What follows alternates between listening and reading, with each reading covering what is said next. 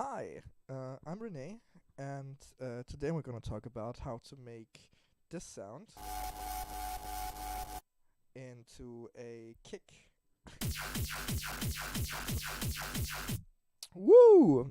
It doesn't have to be necessarily this sound. I'm going to tell you why later, but yeah, uh, that's just going to be what we're going to do. So, um, first of all, you just want to do a kick punch.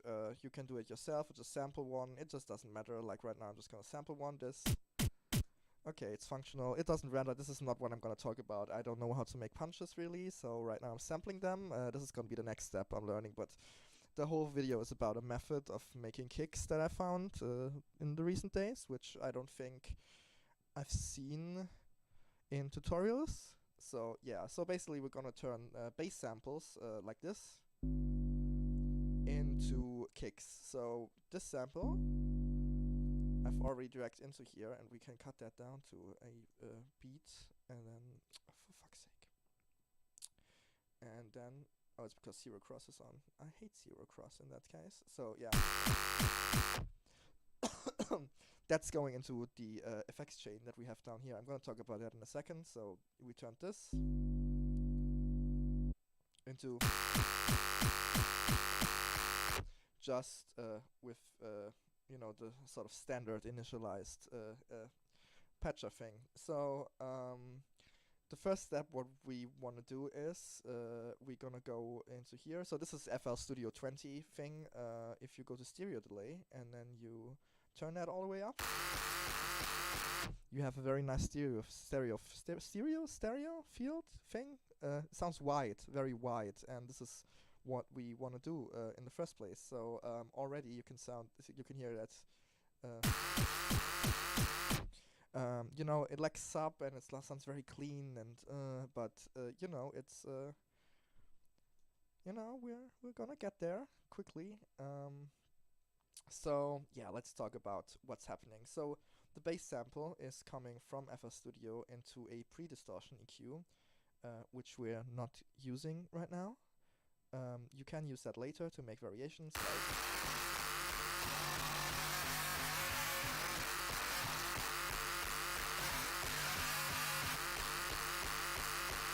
So you see, you can already get a little bit of a variation there just by messing around there, which is very important when you're making kicks, because for me at least, when I make kicks, like 90% of it is just fucking around with knobs and sliders, because I'm not a professional, and I never will be.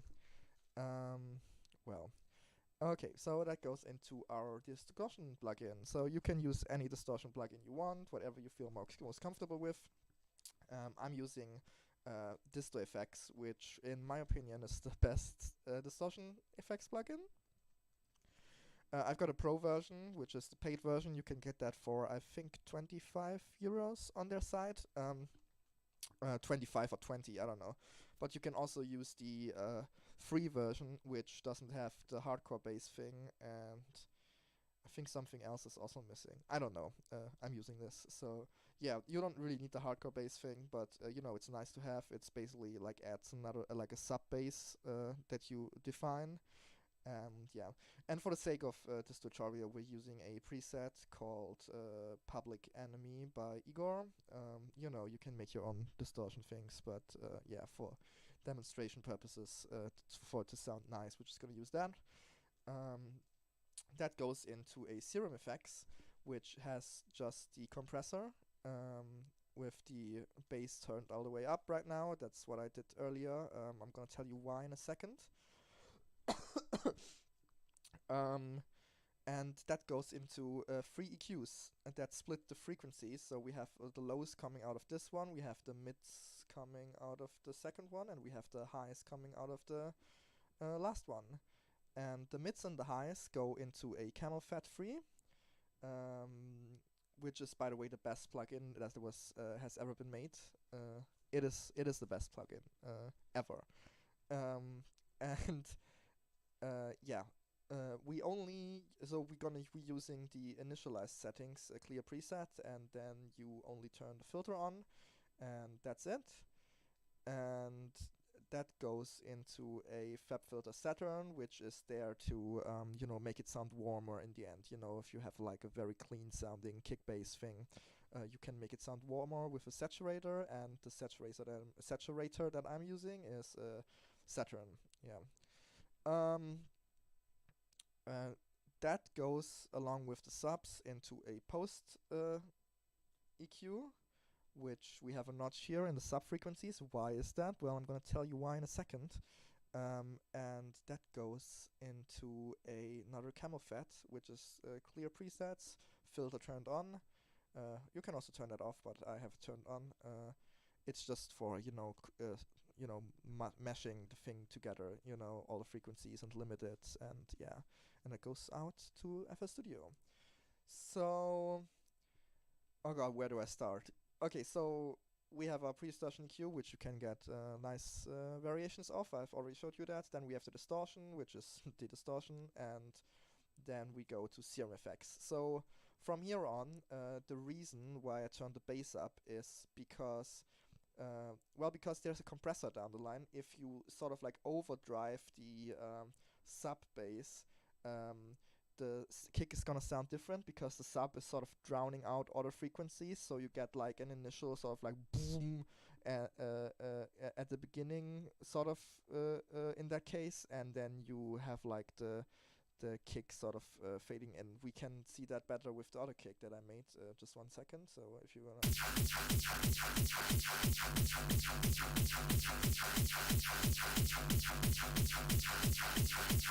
So you hear that it makes a little bit of a difference when you do that. But yeah, I just like OTT, and yeah, I'm just gonna use the Serum Effects version for this because I might as well.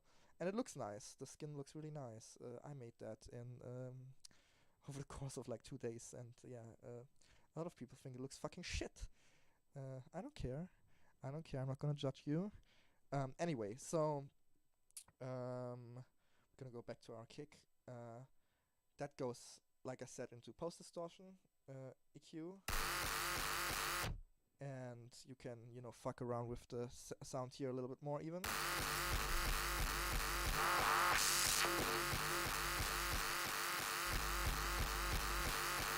Whatever. You see that already, like the EQing like post distortion doesn't make much of a difference to the actual kick as it does pre distortion. But yeah, this is sort of like a fail safe. If I want to edit the kick a little bit before we do the frequency splitting, that's just there because of that. So we do the frequency splitting, and like the mids and the highs, like I said, go into Camel FET 3. And why is that? Well, we have the filter here, and you can automate the filter in a ramp to go from all the way up to all the way down, and that sounds like this. So we go to surface. I already mapped this here. Create automation clip, and we have our automation clip here, and we make a ramp from the top to the bottom, and it sounds like this now.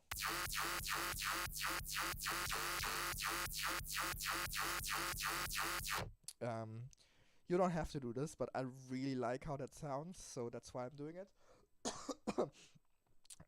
So now you can see the benefits of doing the frequency splitting. Not only can we load any other plugin here as well to like affect the low subs or whatever, but we can also EQ or distort again or whatever do with the highs, and that's why we do the frequency splitting.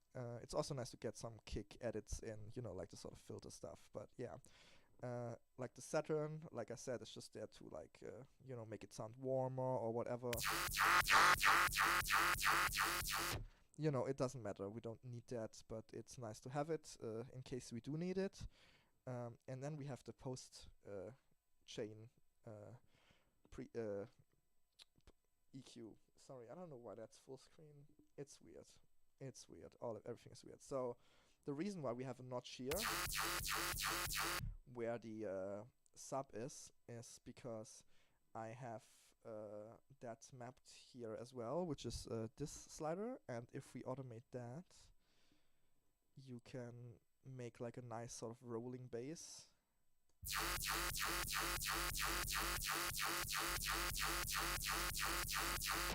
So when your kick has like a little bit of a bass anyway, you can just fade that other bass in, and then you have like a really nice sounding sort of sub bass progression, I guess. I don't know what to call all of this.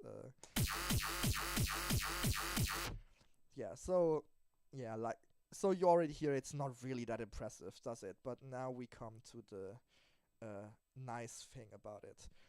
Because this is just one sample, right? If we go to the other thing, which I already showed you, so this is a bass loop from, I think, a cool sample pack that I got a while ago, and it sounds really good. I'm gonna show you how it sounds without the effects. So.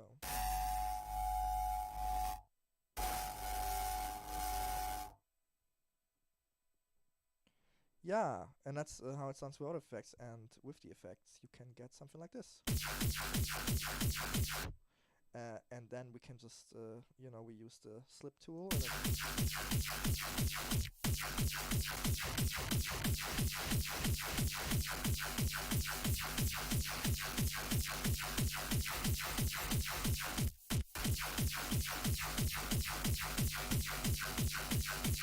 So you hear there's already like a ton of things that you can do with this actually, but yeah, you don't need to limit that to that. You can also use like no, that's not good. Like what about this? Yeah.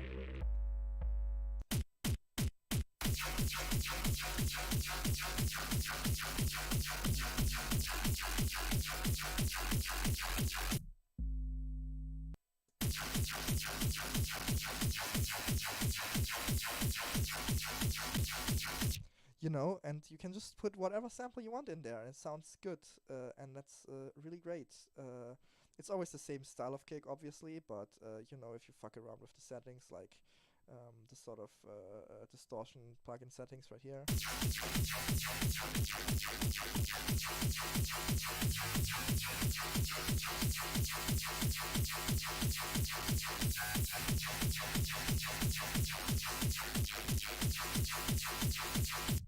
I don't know why that doesn't do anything. It doesn't matter. It doesn't really matter.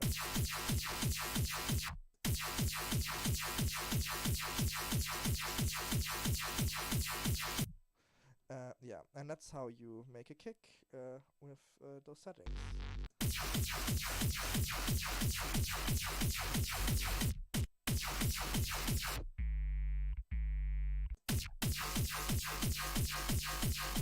You can also cut it 1/16 short, and then you get like a little bit of leftover tail of the distortion.